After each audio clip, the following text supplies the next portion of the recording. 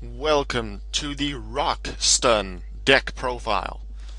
It's the 17th deck profile video, and I was requested by Dark Lord The Rock, hey, that fits, to make the Rock Stun deck profile. I use this deck in Duel 125.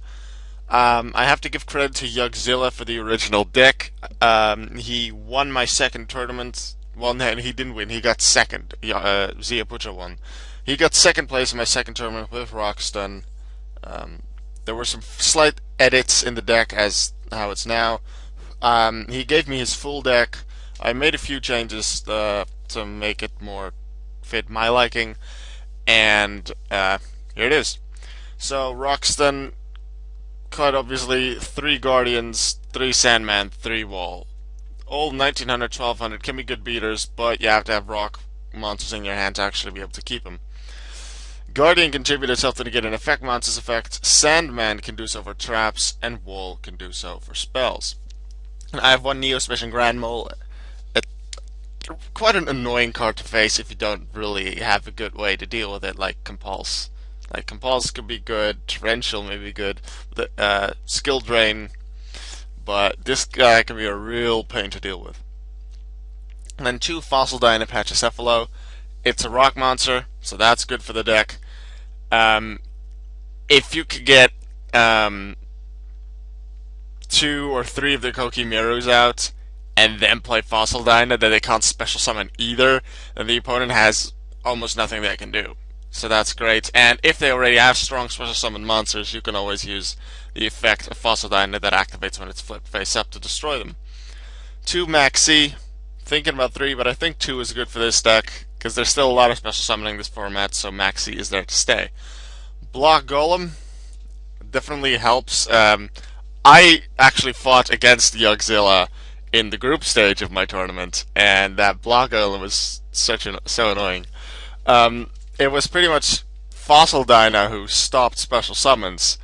I was running Dark World Exodia, and my Beige and Graphic could both not be special summoned, and I needed them to use like Advanced Draw on something. So Fossil Dyna pretty much stopped most things of what I wanted to do. I was finally able to get rid of it with a card effect. Then he summons Block Golem, uses its effect, summon a Fossil Dyna back. Because what Block Golem does is, if the only monsters in your graveyard are Earth, you contribute Block Golem and target 2 level 4 or lower rock type monsters in your graveyard. So that's Fossil Dyna, Guardian, Sandman, Wall, Gremlin. Except Block Golem, that's why I did mention them, and special summon them, but their effects that activate on the field cannot be activated this turn. So Guardian, Sandman, and Wall have effects that activate on the field. So during the turn they are summoned, they cannot use them, but the turn after and after and after, they can.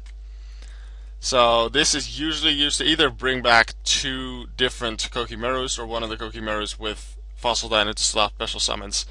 And Yugzilla always brought back the Fossil Dyna in both game 1 and 3, I believe it was. That was quite annoying to deal with. 3 Pot of Dualities to search for stuff. Forbidden Lands to help me win battles, and being unaffected by spells and traps is nice as well. Dark Hole to destroy stuff. MSD for back row. Decided to go with 1 Night Beam as well. 1 Compulse, 1 Torrential, 2 Call of the Haunted to bring back something like Guardian or Sandman or Wall. Let's say they want to use a weaker spell that is still annoying to you. You negate it with Wall, but then you Call of the Haunted it back immediately before the opponent can use a new spell, so that you can negate that with Wall again. That's what you could use Call of the Haunted for. Why am I always so tired when I make videos? I slept quite well. Anyway, Bottomless Trap Hole, 1 copy, because yeah, it's limited now. 2 Dimensional Prison, 2 Mirror Force, 3 Skill Drain to negate monster effects on the field.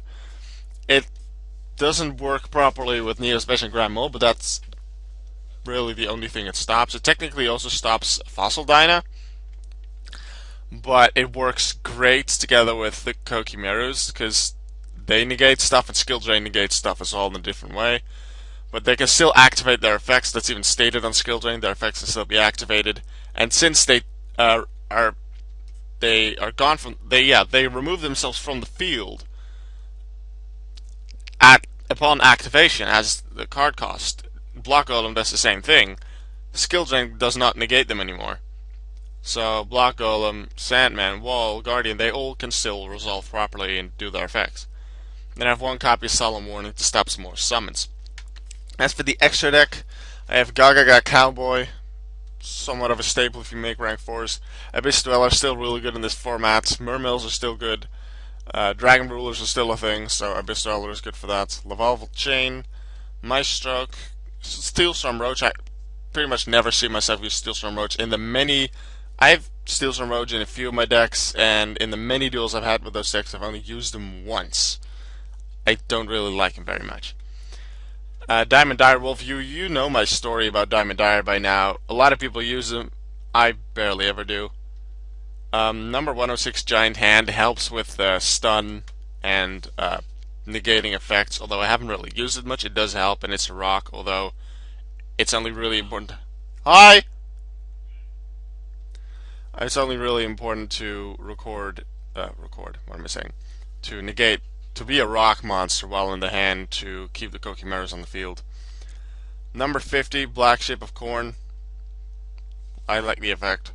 Happy Operative. I have Utopia and Utopia Ray, Pearl, and then 3 of these guys because I wanted some other rank 4s and I wanted to try them out. I've used the Sigma in a few decks. Don't summon him often, but he can be good.